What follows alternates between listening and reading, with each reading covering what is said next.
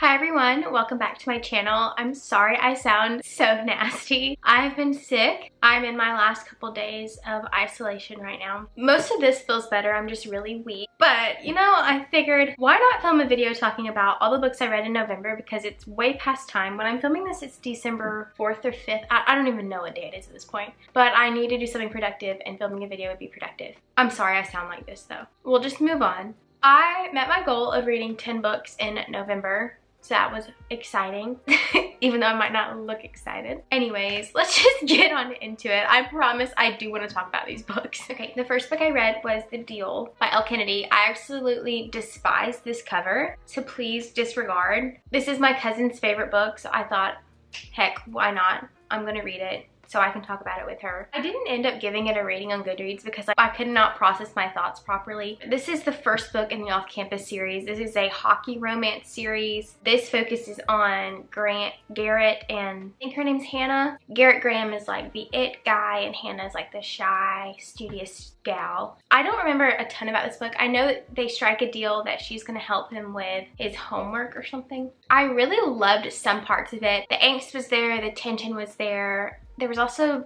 very good communication between the two love interests, and I thought the things that he did for her when she was dealing with a bunch of stuff was very respectful. He was very sweet at some moments. It is way too spicy for me though, so that's why I really didn't give it a rating. Taking all the spice and language out of it, I thought it was a really good book. You can easily skip the spice scenes like I did, but some of the plot points are kind of based around it, so that's why it's so like ingrained in the book, in the story. My brain is not processing.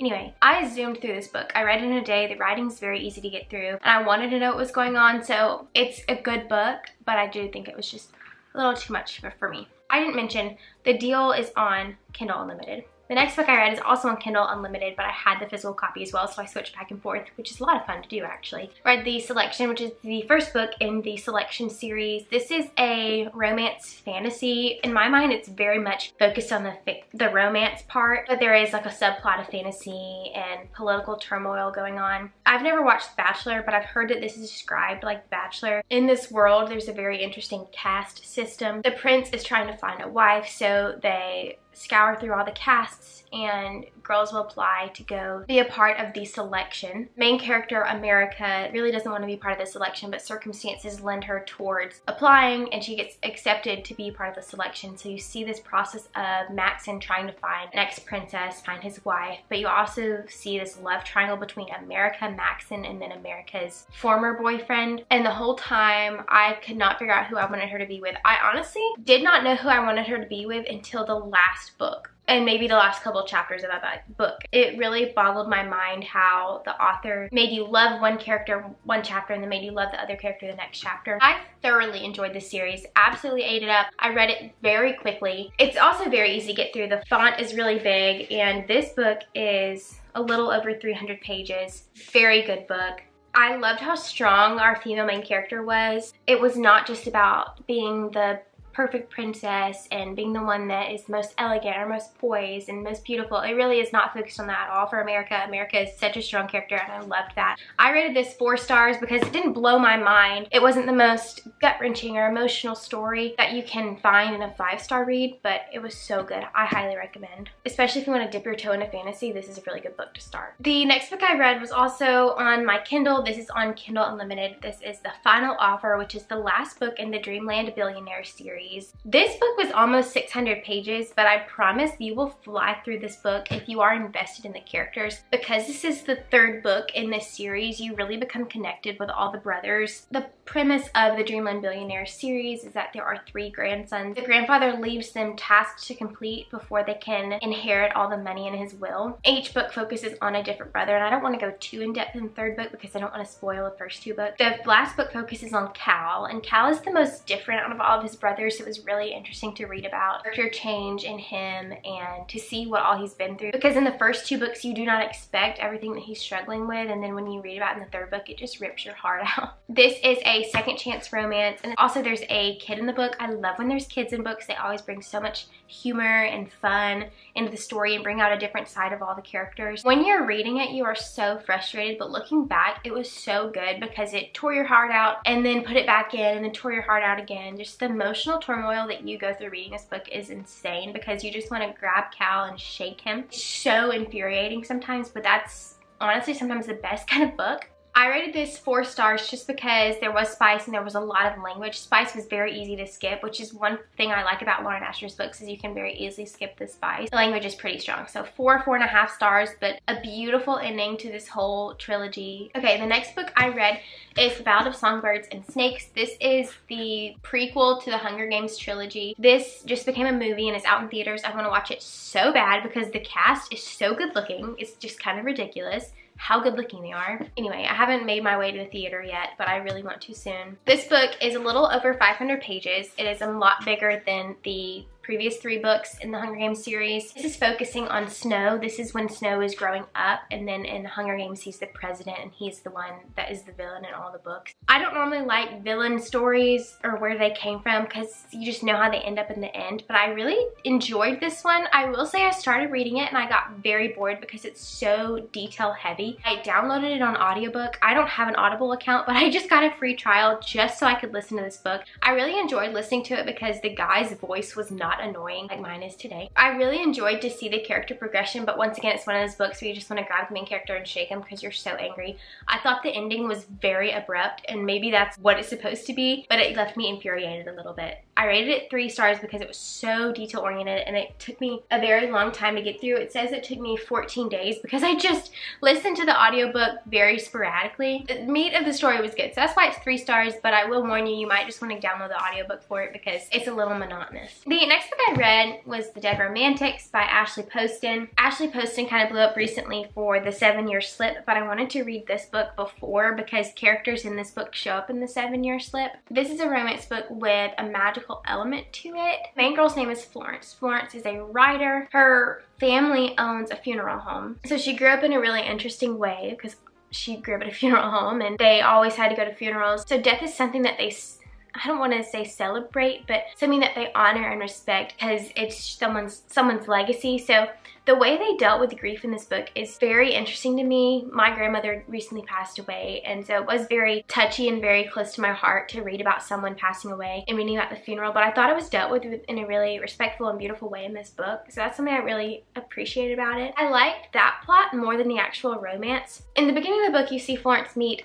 a new editor in the office that she works in. She thinks he's really attractive, but she doesn't think anything's gonna come of it. And then later he becomes a ghost that she can see. All her life she's been able to talk and see to ghosts, and that's what her dad was able to see as well. That's the magical element to it. She's seeing this ghost and talking with him and spending time with him. And so they grow this romantic connection, which is kind of what weirded me out the most because it's a ghost. So that's why I couldn't really root for the romance because it felt very strange to me. In the end, it all comes together and everything makes sense. So I liked the ending, but the romance I didn't really root for. Overall, I rated it 3 stars. I thought it was a good book, and I would recommend it if you're in the mood for something that's just very easy to read, very simple. Plot is not very complex, but the romance really just isn't my favorite in it. The next book I read was the best book I read this whole month. I read Stars Above, which is part of the Lunar Chronicles series. I love that series. It's one of my favorite series ever, and this is a collection of 9 short stories focusing on the characters that you know and love from the Lunar Chronicles series. And then there is a new story in this, which I did have to look up because it's a take on The Little Mermaid, but I did not know the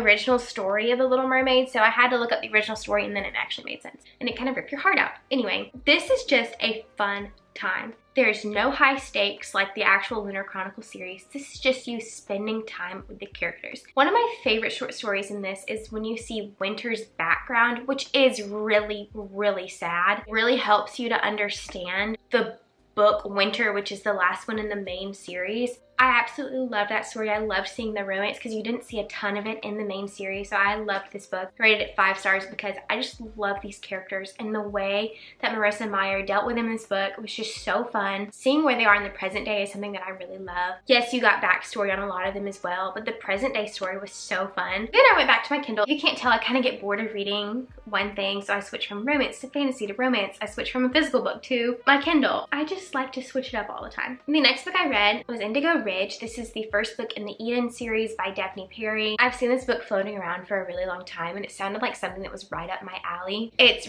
a romance book, but it also has some mystery element to it and I ate it up. I rated this 4 stars. It's not a 5-star because it didn't make me really feel anything. I just really enjoyed the story. The main girl is the new chief of police in town and the main guy is part of like the it family in the town. So this is a small town romance. They have a fling and then later they realize that, oh, like this is actually an important person in the town. I should never do this again. That was a really bad idea. But they just have this connection that they can't get away from each other. So their romance is interesting. At first I hated it because it was just very much a lust-based relationship. But the longer it goes on, they really just start caring about each other very deeply and sharing things and communicating very well. So I ended up liking the romance. I liked the mystery aspect to it because it's an actual crime that the chief of police is trying to solve. It's a bunch of unsolved cases that she thinks are connected. I really did enjoy the mystery part more than the romance, but I ate it up. It was very easy to read, very quick to read. I read it in 24 hours, it was that good. But I will say there is some spice that you can skip